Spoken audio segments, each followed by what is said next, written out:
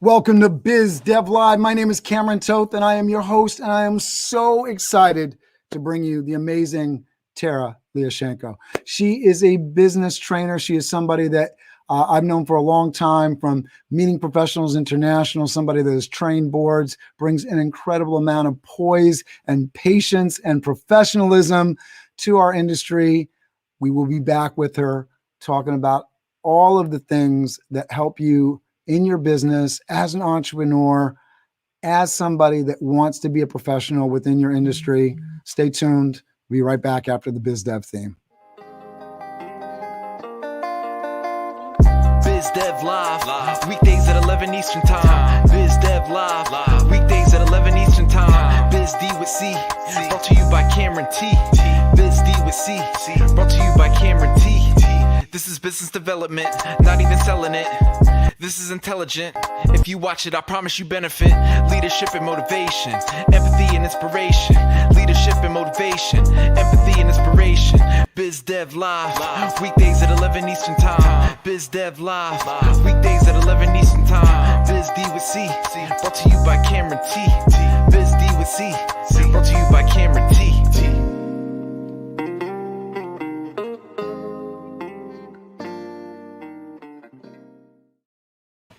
With over 25 years of planning experience, Tara Liaschenko is an award-winning professional who has earned an impeccable reputation for creativity and excellence in the event and meeting planning industry. She is the recipient of the 2015 MPI Global RISE Award for Member of the Year. Ms. Liaschenko is the founder and creative executive officer of the Link Event Professionals, Inc., a global company based in St. Petersburg, Florida. An accomplished speaker, Ms. Liaschenko also facilitates board, staff, and client retreats, and for the last 13 years, her company has expanded to facilitating strategic planning and leading business development planning for corporate and nonprofit clients.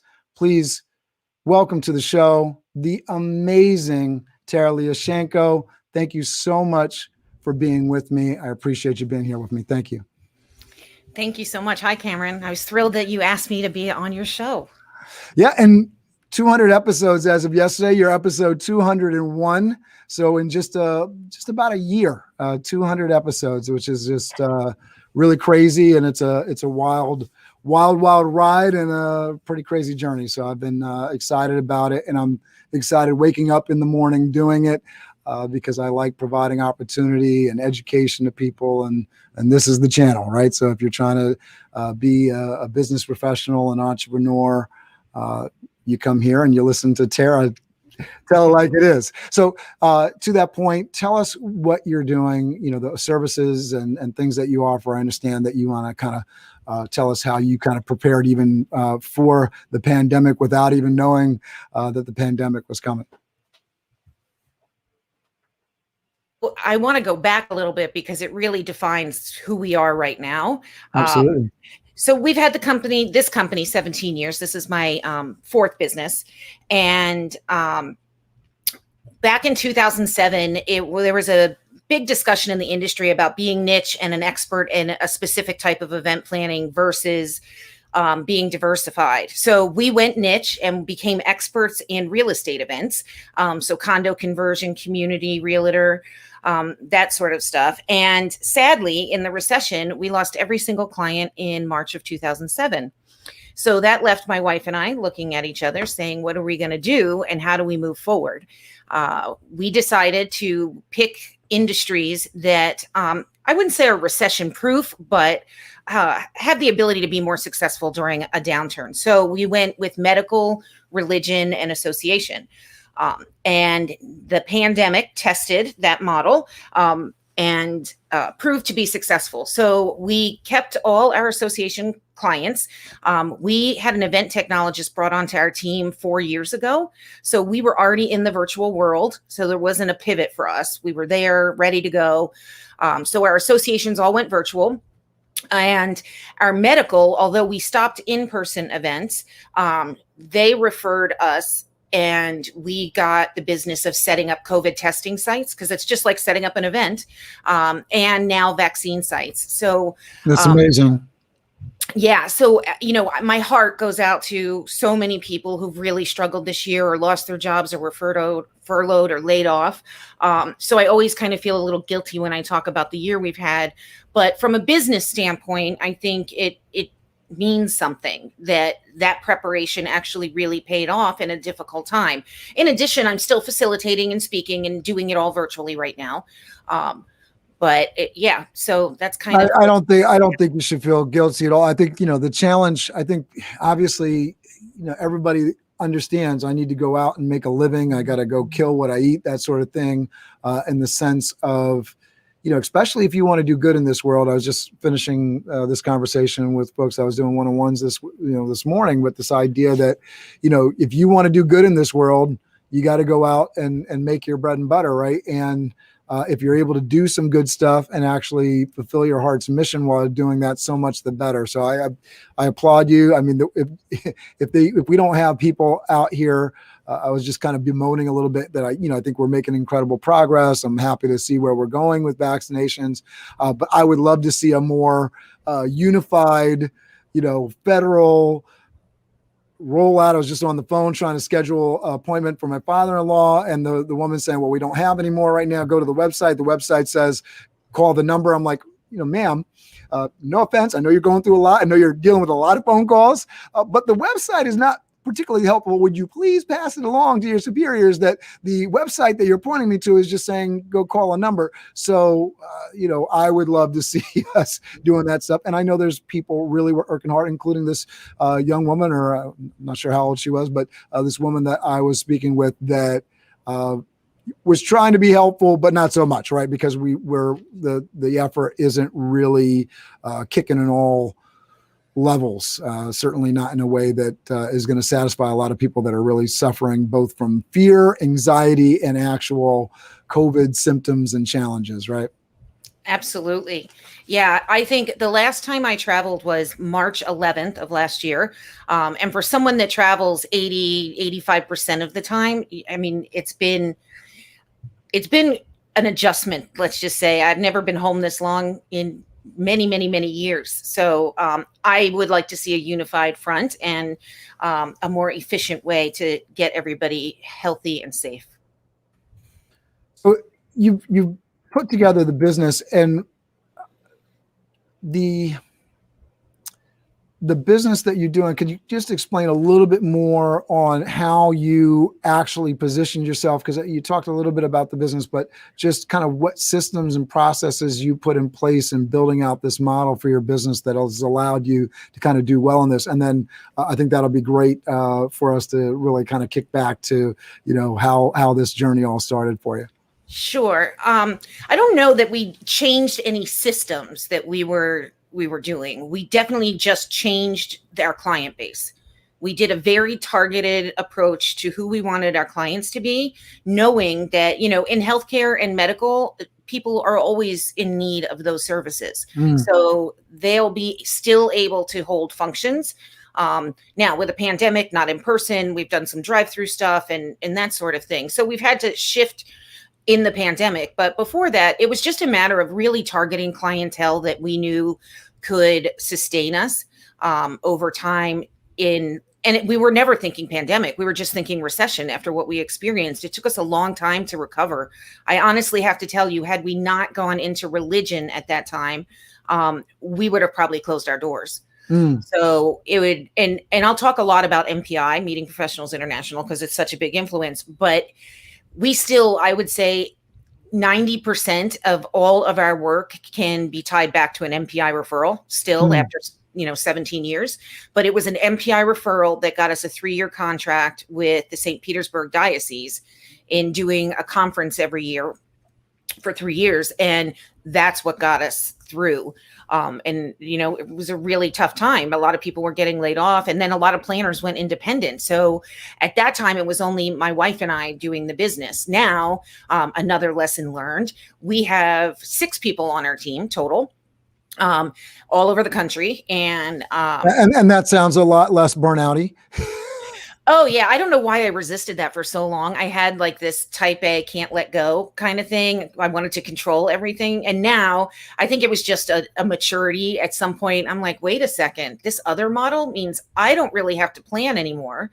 And I have a team of amazing women that I mentor, and we keep occupied and busy in the industry. On our team, I can tell you of the 6, 4 of us are past chapter presidents of MPI chapters around the country. So we have a really deep team. We have the event technologist. I have Megan Cook, who is certified in all of the COVID safety setup, all that kind of stuff.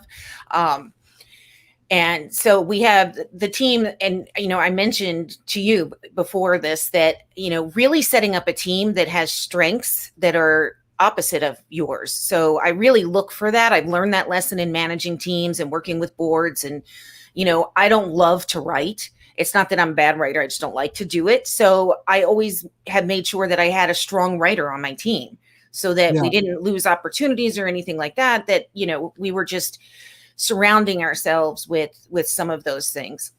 I appreciate that. I was just talking to somebody this morning as well that, is challenged on the technological side, and like, how much would she really benefit from somebody that, was eager for the experience, the sales experience that she has, because she's senior in her industry. Like she would be providing somebody an amazing opportunity if she would allow somebody to come in and help, do that component and allow her to get up to speed with the technical stuff. Let her focus on what she's good at, learn from this person, that person learns from her. It's one of those things that, what are you waiting for, right? There's somebody, and I know a lot of people will point to cost.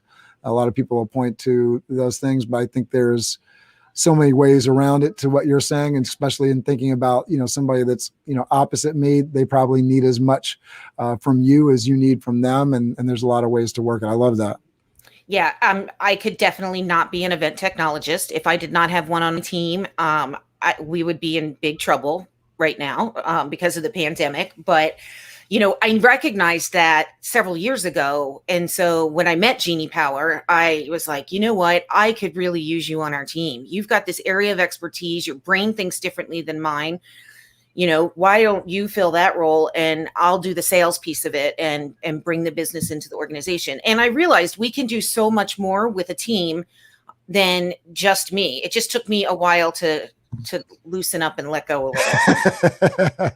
All right. So I think that's a good entryway. And I think we definitely talked about like some of the ways that you sort of changed up things. I got Robert Person checking in saying outsourcing is key to being in many places at the same time. Absolutely. Right. And I think we're in a more connected world, and that's the opportunity right now. Right, Robert and Tara, that you just have that ability, going back, 30 years ago, I feel like you almost needed to be a major industry so that you would have a special way to get in touch with somebody, in another country or even another sector of the United States. If you're in the United States now, everybody's really just a message away on one platform or another, and everybody's looking for the business and knows those channels are open, and everybody's so receptive to them. We just got Zoom training for the whole world courtesy of a pandemic, so that has opened up and made that more possible than ever before.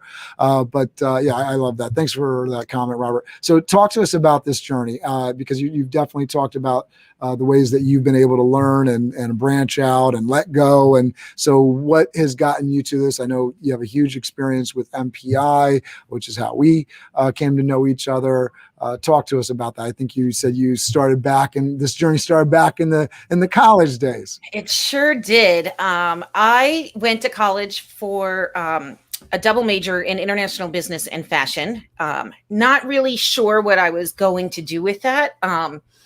And in my junior year, fell into fashion show production. And that's where it all started. I fell in love with planning fashion shows and did it through college. And then when I graduated, I moved to San Francisco. And there I opened up. So this is the take risks, jump off the cliff. And and also know what you don't know, or know that you don't know things.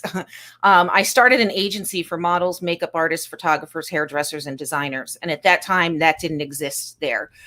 With that being said, I had a business card and a bank account, so I thought I was in business. And I did that mainly in the beauty industry. So like fashion shows, there are beauty shows, and so we can provide anything they needed, from, clothing to makeup and hair and the whole 9 yards, the models, the whole thing. And so we did a lot of live stage shows and video shoots and things of that nature. So that got me connected in the beauty business.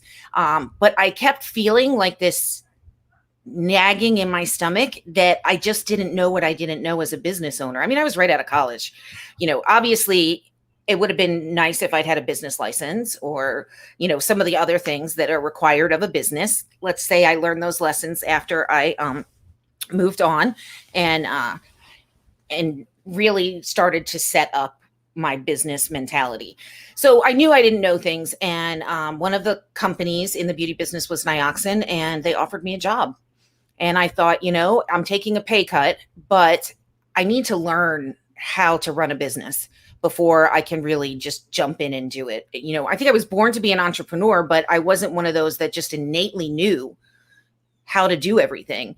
So in Liaschenko, I was their national education manager, and I did 360 meetings and shows a year. And so I was in the thick of events constantly. I was producing and directing the live stage shows, and just working, traveling all the time. And I loved that job. But after 4 years of traveling like that, I really needed a break. And we were considering moving. That job was in Atlanta. So I went from San Francisco to Atlanta. And then my wife and I wanted to move to Florida. And I got a job at the Home Shopping Network that happened to be right in St. Pete, where we wanted to live. So it was like meant to be. We moved down here, and I was the director of on-air image and product knowledge for the Home Shopping Network. Thought that was going to be my dream job. And it turns out it wasn't, for many reasons. I learned a lot about myself. There were 3 networks 24/7. I had 2 cell phones.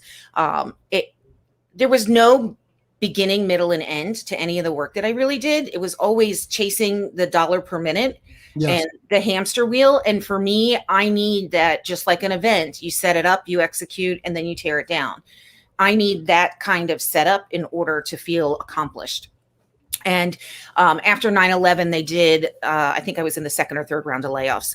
And I was devastated that I got laid off. But afterwards, I'm like, that was the best thing that ever happened to me. Right. I really found myself again. My self-esteem was low. I started a company. Events. So we started an event resource guide here in St. Pete. But I realized I was selling. Tara, we're freezing up a little bit. Hopefully it's going to correct. Are you there? Yep, I hear you. It's just freezing up a little bit. So, yep, you're good now. Okay. So say it again. You were starting up in St. Pete. Yeah. So we started an event resource guide, and I realized I was selling advertising, which is not exciting. So I sold the business to my partner and walked away, and then started this company 17 years ago, August of 2003, and joined MPI at the exact same time. Oh, Robert lives in St. Petersburg. Yeah. So I which I didn't even know. I think I knew he was down in Florida. I knew he was from the city, the Bronx. So that's crazy. And he's started on the entrepreneurial journey. He just recently kind of said, all right, enough with this corporate kind of thing. And I'm going to start my own line of clothing. I guess he'd been working on it for a while, right, Robert? And so he's got his own clothing line. So he's working on it, and it's a very uplifting brand that is urban fashion apparel, sneakers, shirts, very cool stuff with some technology aspects to it, with QR codes that are linked to poetry. Awesome. Yeah. DEOGD. I must have said it wrong. Thanks, Robert. Yeah, we'll have to meet up, Robert. I'm over in Madeira Beach. He'll know where that is. But and I grew up in New York too, so we have lots in common. There you Um, go.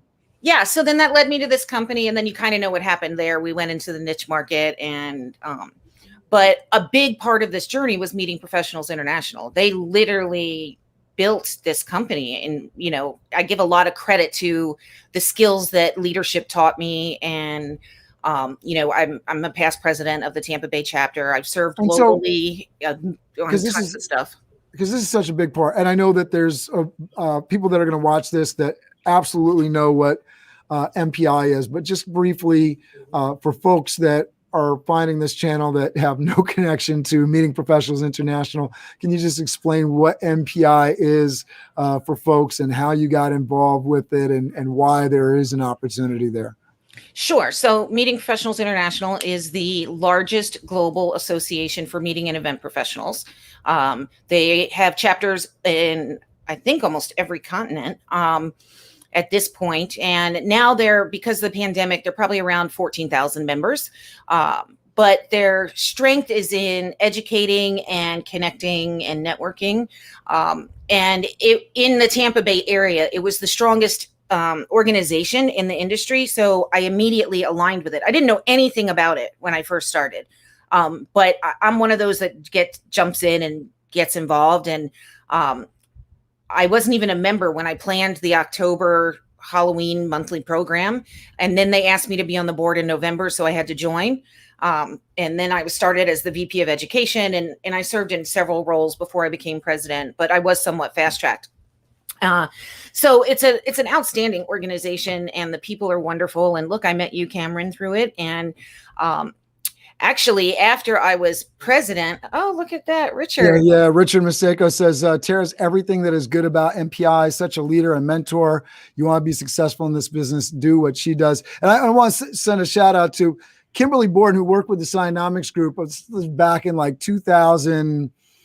I don't know, 2006, 2007. I can't remember what my first even meeting was, but I know I was hooked on MPI when I went to a monthly session and they had a speaker from Disney.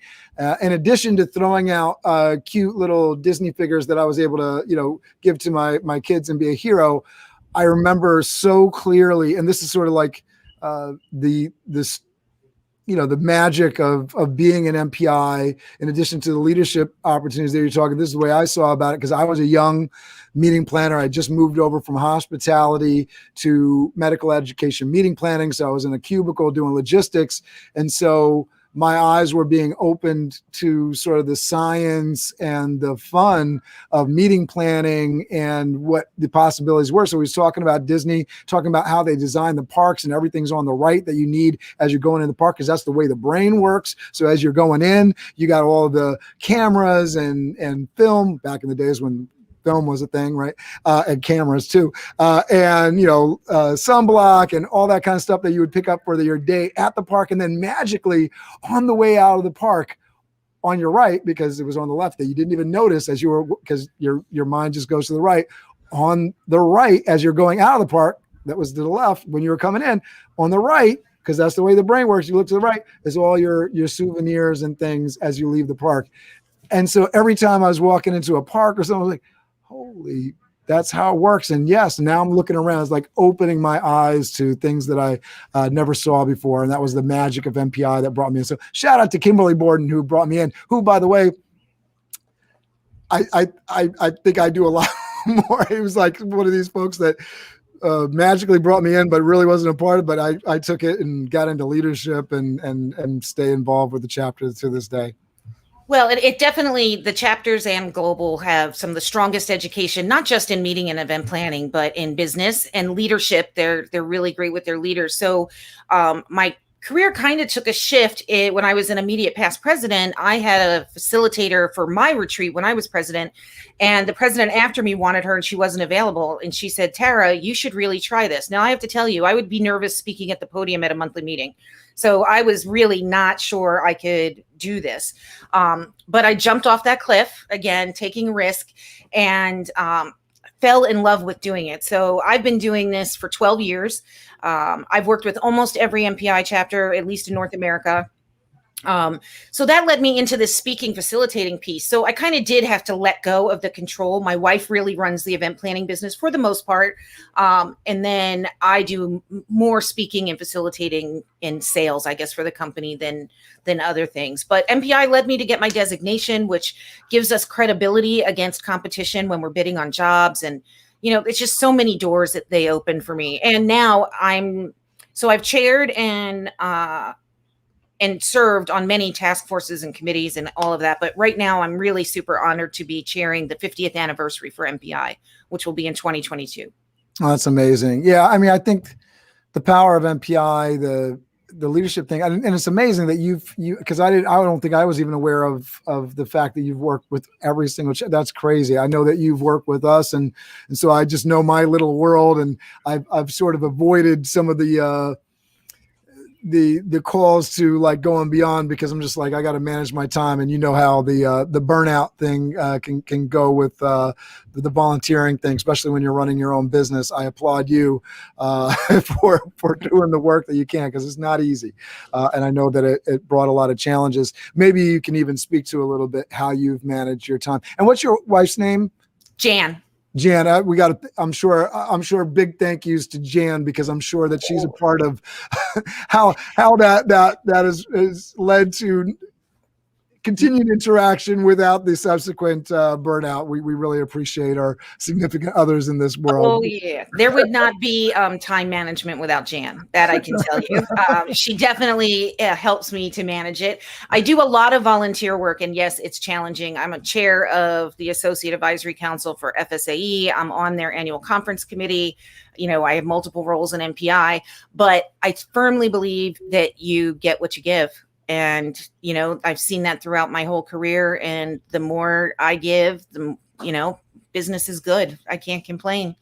And I certainly see it in business leaders when you're a part of community efforts and even national things on the volunteer level.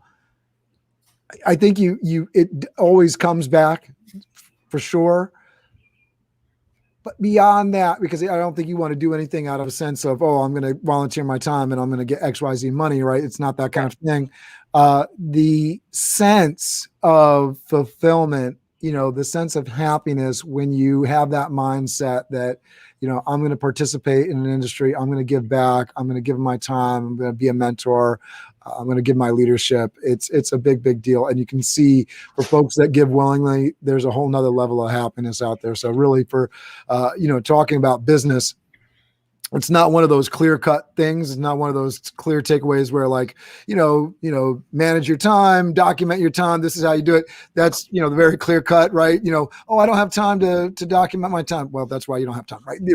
One of those kind of business things. The giving back thing isn't necessarily intuitive, but it's one of those things that allows you to be fulfilled in business. And I love that piece of it. Yeah, it's not, I don't go into this looking for the dollar. It's definitely about the connections. And I do a lot of mentoring. I have forever. I'm a firm believer in, I've always had a mentor at different stages in my life and my career.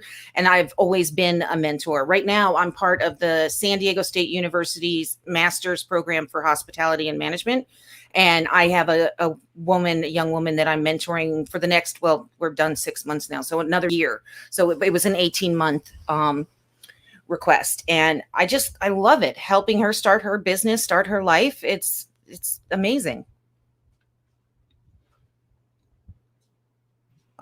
Sorry, I was on mute. I love that. So talk to me a little bit about just in terms of, the whole takeaways, because I want to kind of jump into some of those for folks here to take some value. I think we delivered, just that idea that you can build your business and be willing to give, and that it will come back and it'll add to your fulfillment. Talk about taking risks, because that's sort of both on the give back, and also, in terms of jumping out and maybe taking the plunge into entrepreneurship or switching your business. I know one of the things for me was realizing in the middle of my business that I wasn't charging enough, that I was actually losing money every time I was sending somebody out on a job. So I was like, I had to do a huge increase, and I was very anxious about it, and it felt risky. And at the end of the day, my clients really didn't bat an eye, and the ones that did, weren't really the clients I wanted to keep, that kind of thing. But talk to me about, taking risks and what your philosophy there and what you've learned around taking risks. I think you just have to be willing, you got to fight that fear. Starting any business is a risk and it's scary. And so whether it was the first one I did or this one, this company, I started with no customers. I don't know that I'd recommend that. It's a rough start, but I had to take the risk because I knew that I was meant to own my own business and I didn't want to go back and work with anybody for anybody else. So you kind of have to jump off that cliff. And then, you're right with pricing. I really struggled with that. I have always tended to undercharge and was really scared when we did the increases. But this is where, again, strengths need to be balanced. My wife is much better at that than I am. So I just let her determine the pricing and I just go along with it. So thank you to Jan once again. We love you, Jan. Yes. Yeah, I'm a little too giving. So talk to me about realizing you don't know what you don't know. So that was company number one. I didn't know that I needed a business license. I didn't know so many things. I'm sure my contracts weren't even that strong in protecting me. There was just so much I didn't know, but you're fearless when you come out of school. I was just hungry and ready to just get into the fashion world and do my thing. And so I did it, but I really kept thinking through that. I think it was a little over a year I had that company, and I just needed to learn more. And so I went and worked for a family-owned company. So it was a little smaller, so that I could learn business. And it was a global organization, so that's awesome. But it wasn't like it was family owned. So it was a little easier to get knowledge and learn and that sort of thing. So it was a very strategic step for me. And then home shopping was a step too, a big risk in going into work for somebody else in a big company that has a lot to navigate. But I think it's just important to know that you don't know everything. And so you need to have mentors. And I reach out to St. Petersburg has a business development center. I've gone in and had a consultation 2 or 3 times with them when I just feel like I'm not an expert accountant. I'm not an expert attorney. There's a lot of things that I'm not an expert at that you really need to have resources when you own your own business. So really recognizing that you always have a lot to learn, and then how to structure your organization to protect you for those reasons. So yeah, I was going to say, because when I started my business, I think one of the things that I've and still learning, 10 years after the start of my business, that it's okay that I'm giving myself permission to have an accountability partner and ask somebody to be an accountability partner and ask for mentorship and ask for advice. In the beginning, I think I was so afraid of showing weakness, and so afraid of I don't know, I guess judgment, 1,000 different fears of just, I don't want to reach out for whatever reason, or I just didn't know better. I don't know. But, I didn't give myself the freedom or the commitment, whatever it was. And I know that that's a big, big, big lesson for me, is that, if you don't know something, social media, your network, there's just 1,000 different places to go to ask. And it's sort of the silliest, I say silly, I made these mistakes, right? I made them hard, but it's one of those sort of silly things. When I see people doing it now, I would have, gone back and slapped myself, because, like even something as simple as like Clubhouse is a big deal. Are you on Clubhouse, Tara? No. So Clubhouse is this, and Luann DeFrada says, great info. She is so inspiring. Thank you, Luann. Thank you. Clubhouse is this new social media app. So it's just a social media app. I mean, it's a big deal for some people, but it's just a social media app. And so it's a little bit interesting because it's not on Android. It's iOS only. And the whole point here is that it can be a little bit difficult to get on. It's invite only. You got to be invited by somebody. And so many people are like, well, can you send me an invite? And if you just go on to LinkedIn or Facebook and say, hey, I'm looking for an invite, like there's somebody in your network that's going to give it to you, but people are shy to put that request out there. And then even in networking things like, do you need clients over here? Like, just say what you need. The world will provide, right? You know, I need information around this. I need services around, I need advice on this. If you just ask for it, the world will provide. So it's, you know, I really appreciate the point. Know what you don't know, right? You understand that you don't know what you don't know. And then having that comfort. I mean, I think one of the things that we're talking about here, one of the takeaways you have, surround yourself with people and build a team with people who have different strengths, right? And we were talking about that earlier. Your community, your network can be that team, especially, you know, when you don't have the revenue maybe to support paying people. But I think it's important to get that knowledge even before you build the team. I don't know if you want to talk a little bit to that. I mean, I know that's really big with MPI chapters and building the leadership and succession within those for anybody with a nonprofit organization, for the lifeblood of that organization, right? Building these teams. Can you talk to that a little bit? Yeah, sure. And again, I learned this through MPI and the work that I do with them. But, you know, when you're building a team, you want to look, you know, create a matrix that has a list of all of the individual skill sets that you want people to have, and then the collective skill sets that you want the overall team to have. And then you build your team based on that. So you look at where people have their strengths and you fill them in, and then you complement them with people that have the other strengths. So some people are really strong in finance, some people are more personable and great at membership, or, you know, this is more nonprofit world, but you know, finding that and building your team based on those characteristics. You want people who are introverted and quiet, because when they do speak, they have powerful things to say. You also need those outspoken and dynamic people. And so it's really important to look at the strengths that you want total. And this is, if you're a fan of Marcus Buckingham, this is where I really learned this concept, was reading a book, and my facilitator recommended it to me, but he does the strength finder and this whole concept. But really the crux of the story is build a team with a diversity of strengths, and you'll be much stronger for it, for sure. Can you go a little bit deeper here? Because I know you mentioned the name Marcus Buckingham, and he's got the strength finder books. Because I think this is one of those challenges for people. Okay, you're going to give me a piece of paper, or you're going to run me through a program. You're going to tell me my personality, and I'm going to build my team, and it sounds magical. But it's a little bit more than that, right? It's really doing the work of not only understanding your own personality, but really figuring out and creating a process to understand other people's personality.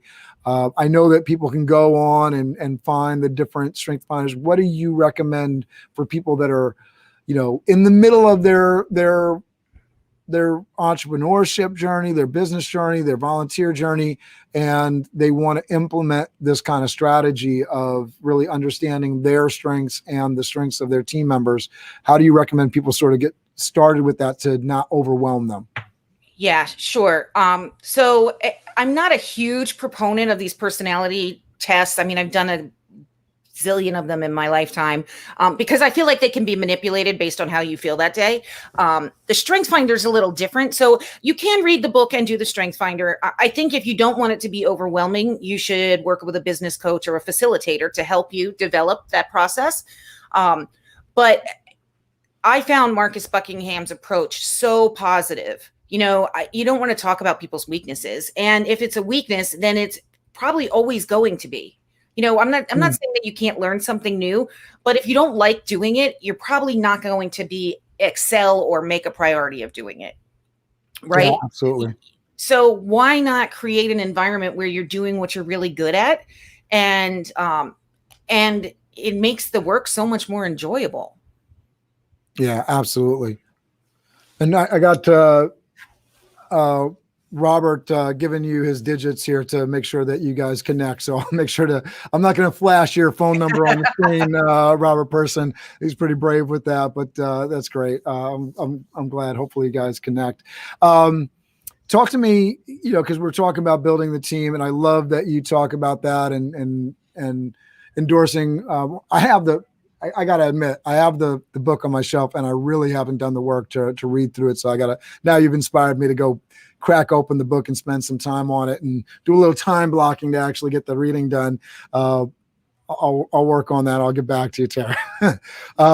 In the events world, you're only as strong as your vendor partners in your team. So continuing along this line of building the team and the strengths here, talk to us about, because I think that's, whether you're in the events world or any business, right? Your vendors. I know for me, I'm very much weak on the finance and the accounting side. It's taken a lot of work to get those people that can really help me and solve the issues and kind of get some of my processes automated. How do you suggest people kind of work to find those partners?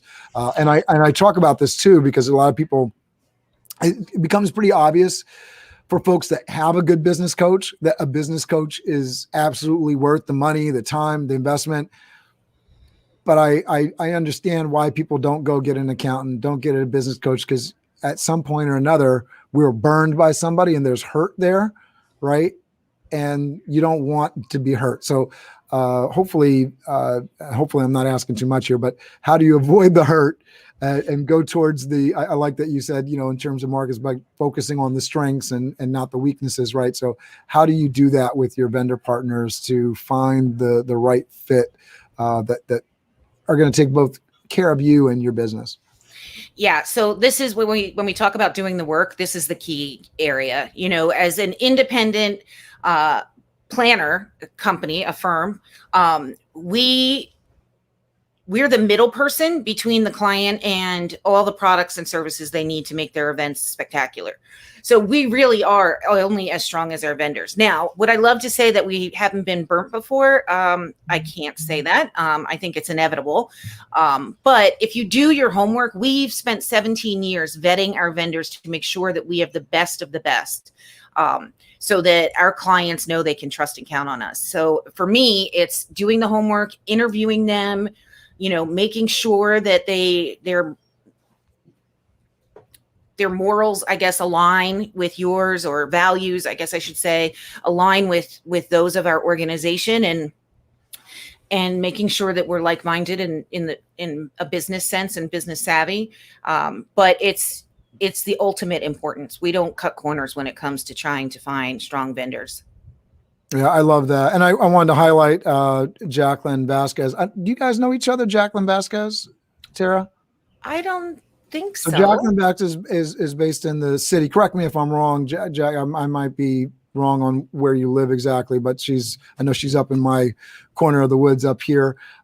She says, I love Strength Finder. It's been a great source to identify my best skill set. So I'll definitely connect you guys on LinkedIn after this, because she's a great person to know. Jacqueline says not yet. So we'll get you two connected, because she's a great planner and business mind in the industry as well, and has been involved in the advocacy up here in New York City and all that. So a great connection there, and that's what this show is all about. So I'm glad that's happening. Two people so far that are going to connect with you, with Robert Person and Jacqueline Vasquez. So we're building that team of trusted vendors. Talk to me about, because I know for me, I've worked with a lot of vendors, and so I kind of trust when I'm on site what I see versus what anybody is saying that they're going to do. I trust what I see. How do you sort of separate? Because the other piece of it is, I can see something on site, but I don't necessarily see the journey to that, because I'm not the actual client side. I'm a vendor on site with these folks too. How do you go about interviewing these vendors in a way? Because I know a lot of it is like, well, the proof in the pudding, but sometimes you can't really know until you actually use them and get the experience. And even then, busy season comes and that tests everybody's priorities, for that given Saturday, or those busy days in the gala seasons, right? It puts everybody to the test. So how do you really interview? What are some of your sort of stress tests that you kind of put out there for these folks? Well, the first thing I typically do is vet them through their involvement in professional associations. So, anybody who's an MPI member, it gives them a step up in my mind, because I know that means they must care about professional development, and they get the importance of the organization and what it offers to grow them.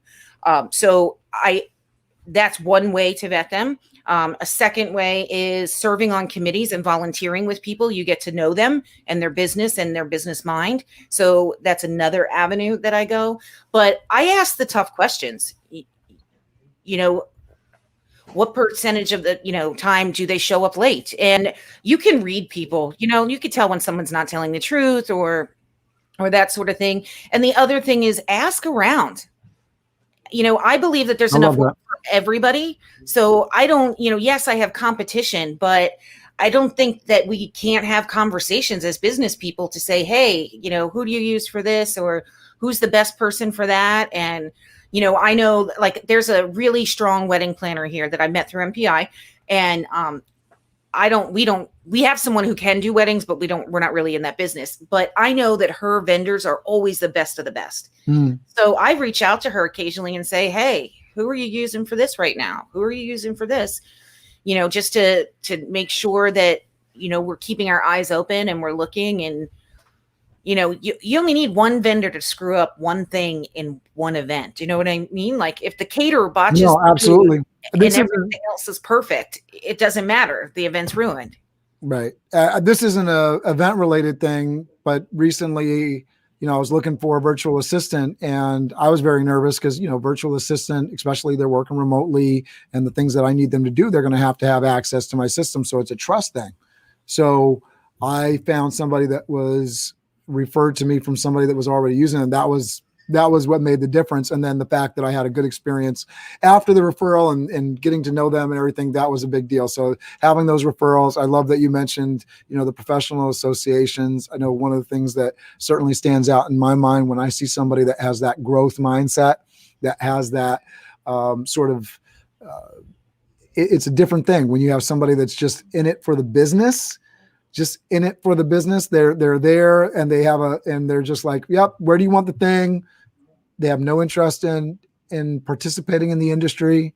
They have no interest in growing anybody else except their own business. And you can sort of see it. And I love particularly vendors that, because I get asked the question, well, what happens if you don't have staff on a given day? Because there's not an unlimited supply, or, you get into a jam, what do you do?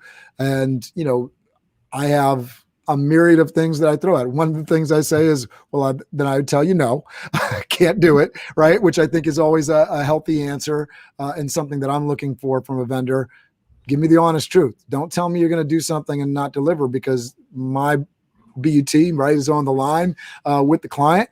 And so that's something I want. And then are there people that I work with? And occasionally I'll give that answer in terms of, if there's really something that I can't handle, I would partner with this agency here, and I've developed those relationships.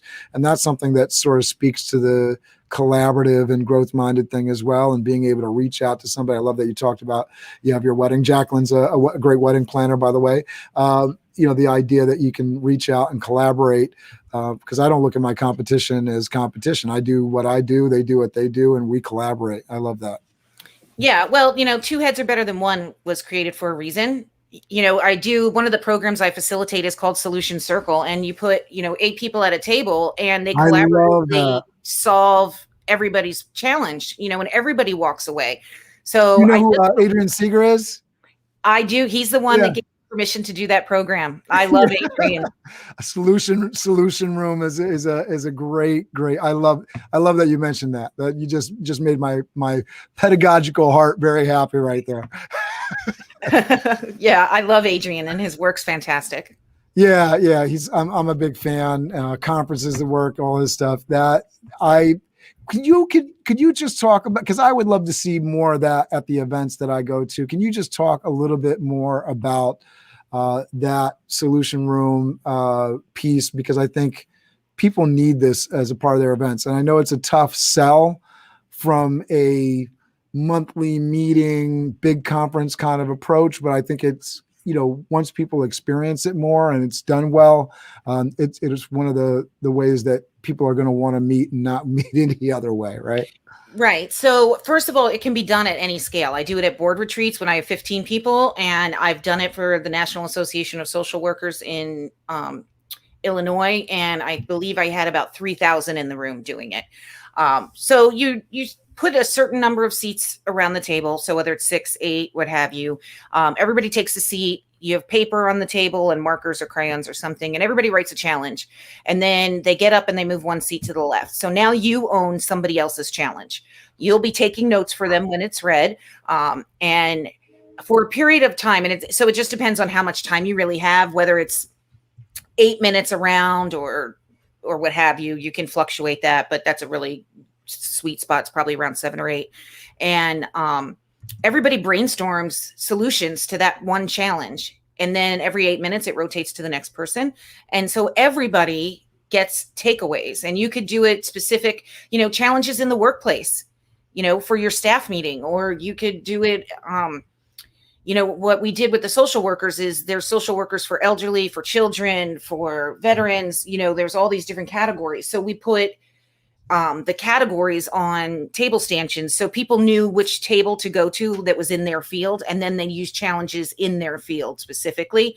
So there's a lot of, I've done it where it's people would put personal stuff down, more time with my kids or what have you, but it's an amazing collaborative tool.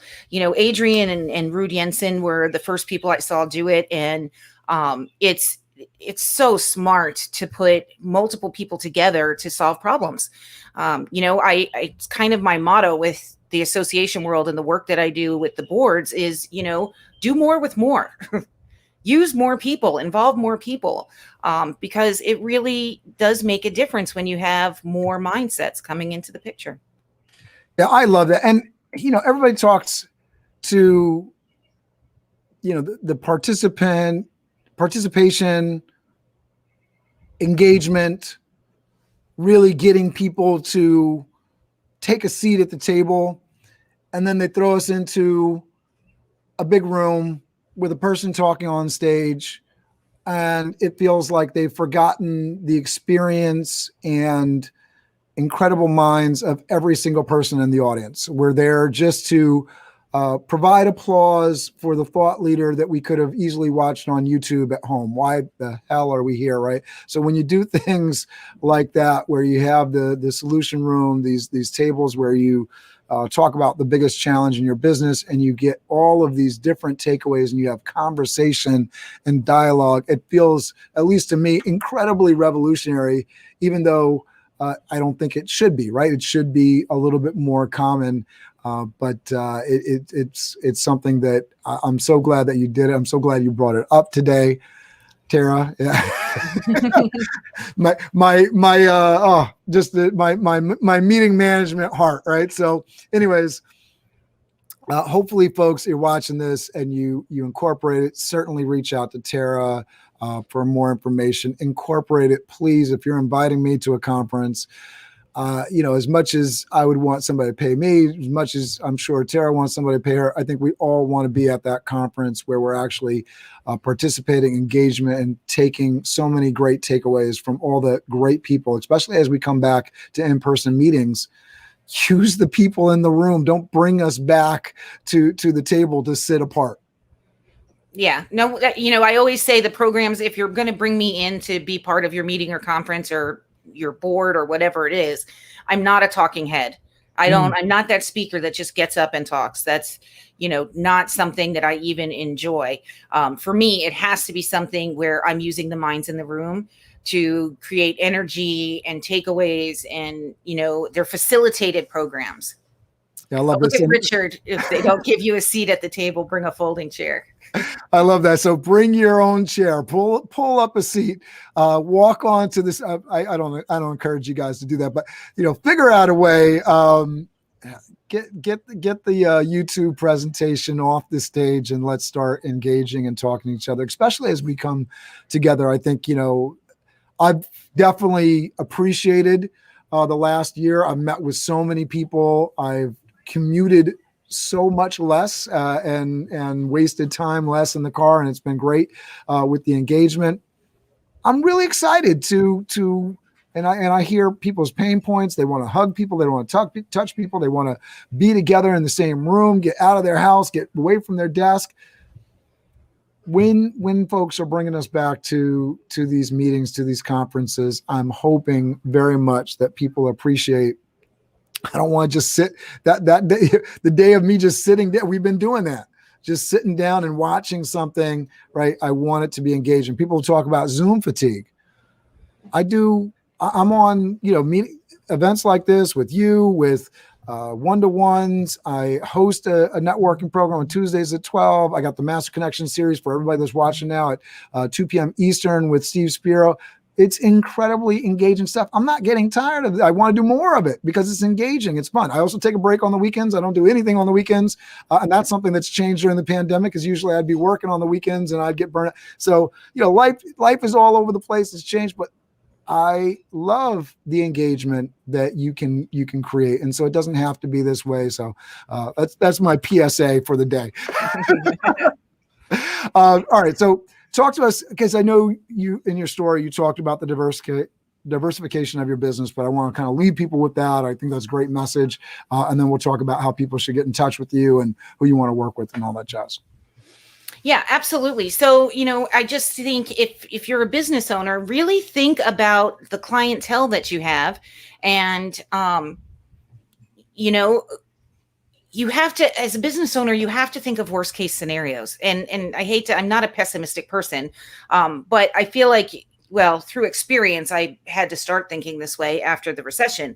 And I just think, take a look at who your clientele are and how you can diversify that to protect you in different economic cultures.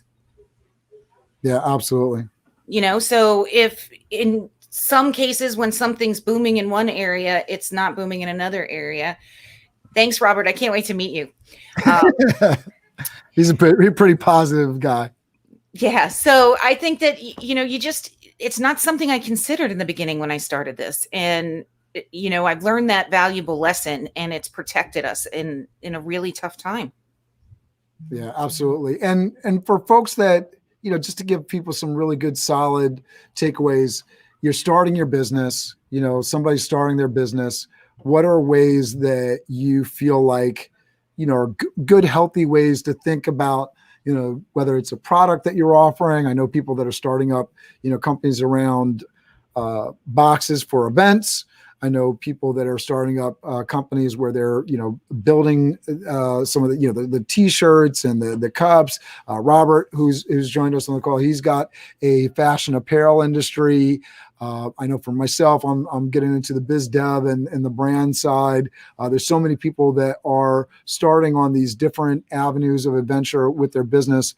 I know I have a bit I can offer on what I would have done differently with Toth Event Staffing, but what are some of the things that you would suggest people to sort of, maybe in terms of mapping it out on a piece of paper, what they should be thinking about their service, product, and the different ways they could go with it? Because I know you had your story where you sort of shifted over to a different audience. Are there ways that people can think about their business that might help them through that thought process and where they can sort of apply? Because it might be something where they have something and it could do really well over here, but they're not thinking about it, right? Yeah. So I think, the saying necessity is the mother of invention is what the mindset you need to have. Looking at your product or service, you need to see who that product is essential for, and using that as the starting guide for designing how you're going to start the company and who you'll target first. And then prioritizing different tiers. There's obviously multiple markets for every category. I mean, some people can do wholesale and retail. From a service standpoint, we went into 3 different categories specifically. So we have enough strength in those areas to say that we're experts in those, but we're not just locked ourselves into one area and then the floor falls out. Yeah. So I think it's just really important to think about that back door that you're going to need, because you're going to need it at some point. Something is going to happen to directly affect your business. Whether you're in oil and gas or you're in, every single category is going to have some, maybe if you have a product and the ingredient to make your product is, no good. Like in the floral industry, that if there's a bad crop of a certain flower, then you can't get your hands on it, so you never know if you're planning a wedding for next year, whether you really can get those flowers or not, because something natural disaster could happen, or, it's just thinking about those things that Which when you say the flower thing, I've seen companies that have come up with like these ever, lasts, extra long time kind of roses and different things that have been a solution for that. So when you see a problem, there's the opportunity to provide a problem. As you're finishing that last thought, I'll just say for Toth Event Staffing, I've had pretty good success with it. We dominate the Westchester market for staffing for both the corporate side and the social scene. Trying to get into NYC a little bit and having some luck there pre-pandemic. But one of the things that I would have definitely done differently over the last 10 years is I have great clients in very affluent areas, had corporate clients. I didn't offer any other types of services that would have been really good in a pandemic, like different kinds of training for hospitality professional that would have, prepared them for whatever the next step is. Or on the social side, I could have been selling furniture, and as people were upgrading their things, even if it was a low cost thing, it would have been a way to bring income into the business. I certainly had the clientele, the people that like to entertain, that like to have nice houses, and I had these ideas. They weren't things that I didn't think of, I just didn't act on them. And so I would say for folks that are kind of thinking down these lanes, start putting the strategies in place, take a little time blocking, map some of this out, have some of those conversations, take some risk. We talked a little bit about, taking some risk and jumping in, save some money and put some money into some of these bets.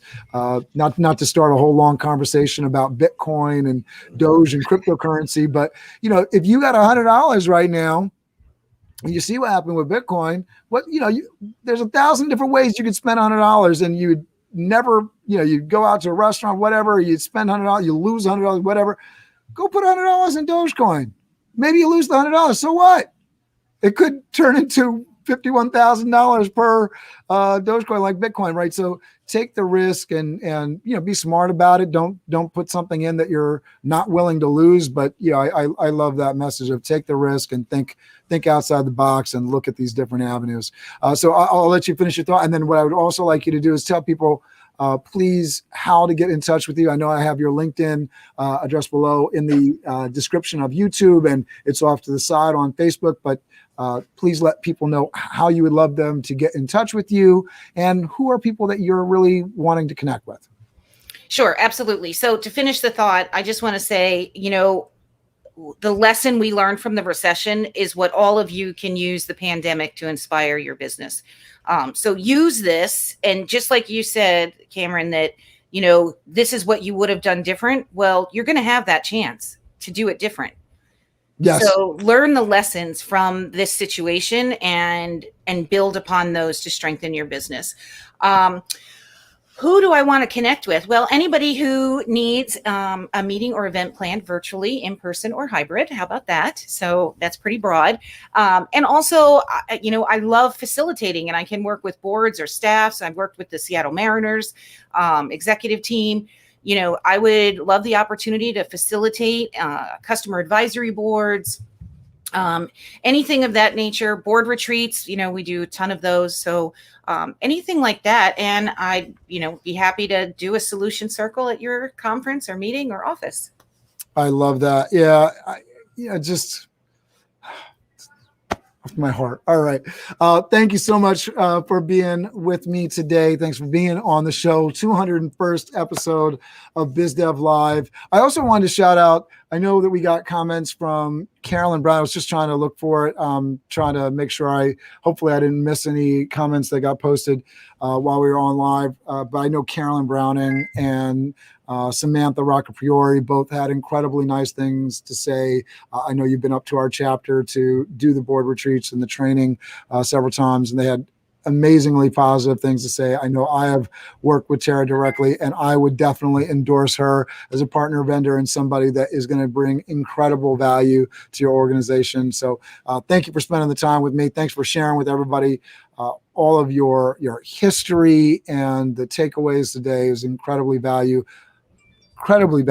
And I'm going to let you say the last word here and say goodbye, and I'll play us off with the BizDev theme. Sounds good. I just want to say thank you for the opportunity. I'm thrilled to Thank you. get to share my story. And more importantly, I'm super excited to get to connect with some of the people who are listening and watching. All right. Say goodbye to everybody. Thank you. Bye.